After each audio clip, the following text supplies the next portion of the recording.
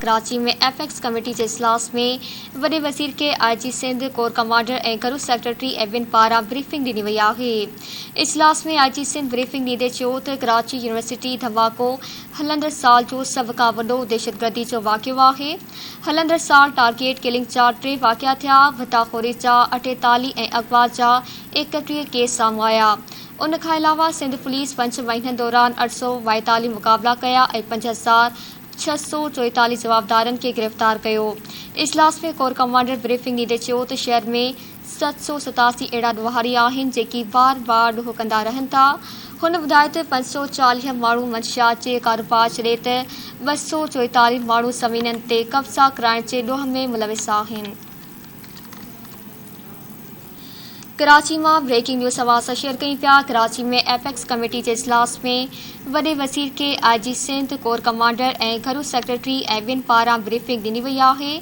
इजलास में IG Sindh briefing ॾींदे चयो त कराची यूनिवर्सिटी धमाको हलंदड़ साल जो सभ खां वॾो दहशतगर्दी जो वाक़ियो आहे। इन जा वधीक तफ़सील मालूम कंदासीं कराची मां अब्दुल्ला सोलंकी खां। जी अब्दुल्ला, एपेक्स कमेटी के इजलास बाबति आगाह कजो। जी बिल्कुल मारवी अज एपेक्स कमेटी में जो शहर की मजमूई सूरत हाल कराची में मनमान बाबत IG सिंध कोर कमांडर ऐं घरू खाते के सेक्रेटरी ब्रीफिंग दी। ब्रीफिंग में कोर कमांडर कराची बुधायो है शहर में 787 अड़ा ॾोहारी आहिनि जेके बार बार ॾोह कंदा आहिनि। उन सां गॾु 540 माण्हू मंशियात जो कारोबार कनि था ऐं 244 ज़मीनी कब्ज़ा कराइण में मुलविस आहिनि।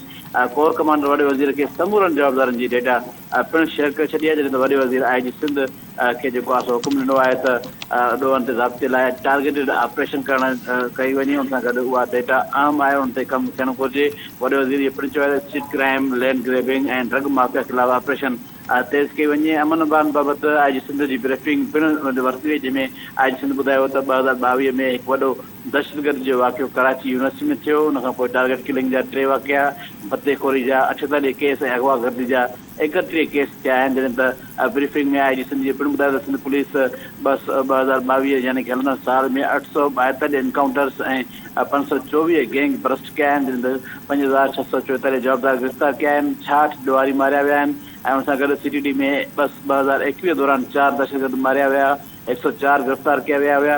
ब्रीफिंग में IG सिंध जी पिणु ॿुधायो त 26 अप्रैल 2022 ते कराची यूनिवर्सिटी में चाइनीज़ ते हमलो थियो, जिन में 3 चाइनीज़ उस्ताद मारिया विया हुआ। ब्रीफिंग में इहो पिणु ॿुधायो त मवाद मोड़ बल्दिया में 14 अगस्त 2021 ते हिकु पठान फैमिली मथां हमलो कयो वियो हुयो।